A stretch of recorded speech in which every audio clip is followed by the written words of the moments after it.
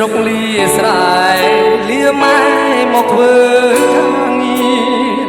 តាមគ្នាដើម្បីជីវភាពគ្រួសារបន្ទុកមួយខែ$40រួមនៅ4-5អាត្មាគ្មាននរណាត្អូញត្អែកម្មកររួមចាក់ធ្វើការគ្មានក្តីស្រណុកអូបជុកមិនគ្រប់នឹងស្រុកនឹកពុកនឹកម៉ែនេះស្អីថ្ងៃមួយក៏បានជួបស្នេ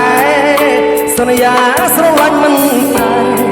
មិនចូលគ្នាទោះជាយ៉ាងណាបន្ទុំជួបគ្នាល្ងាចព្រឹកហើយលើសតកំពីនឹកហើយហូបទឹកនេត្រាអូនជប់នៅហើយជប់មកធ្វើការឮគេថាអូនមានអ្នកថ្មីใจដន់ជួបគ្នាពុំងាធ្វើជាមិនស្គាល់អញ្ញប់ទេធေါ်សម្រាប់កម្មករក្រក្រៃអ្នកមានព្រៀបជាងចិត្តភក្តីបន្ទុកជួក៏បាត់ស្រីលែងនិយាយទៅស្រុកវិញហើយសប្បាយនេះសូមបញ្ញាជូនបងកម្មករចាក់ក្នុងហើយបាទ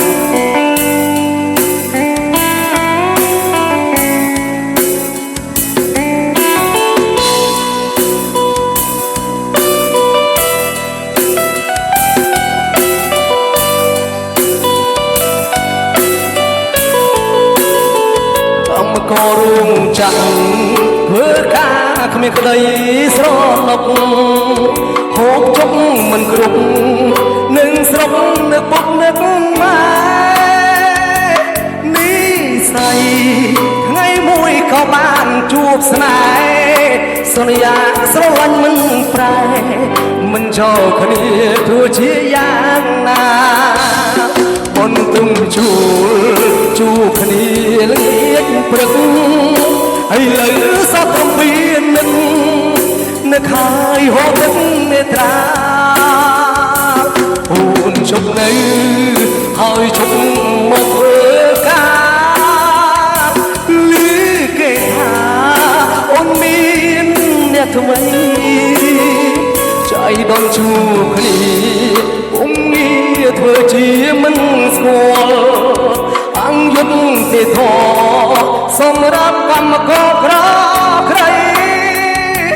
អ្នកមានព្រៀបជាងចិត្តភក្តីបន្ទុំជួក៏បាត់ស្រីលែងនិយាយទៅស្រុកវិញ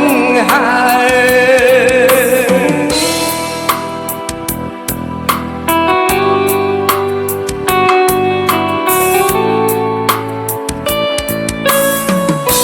អរគុណ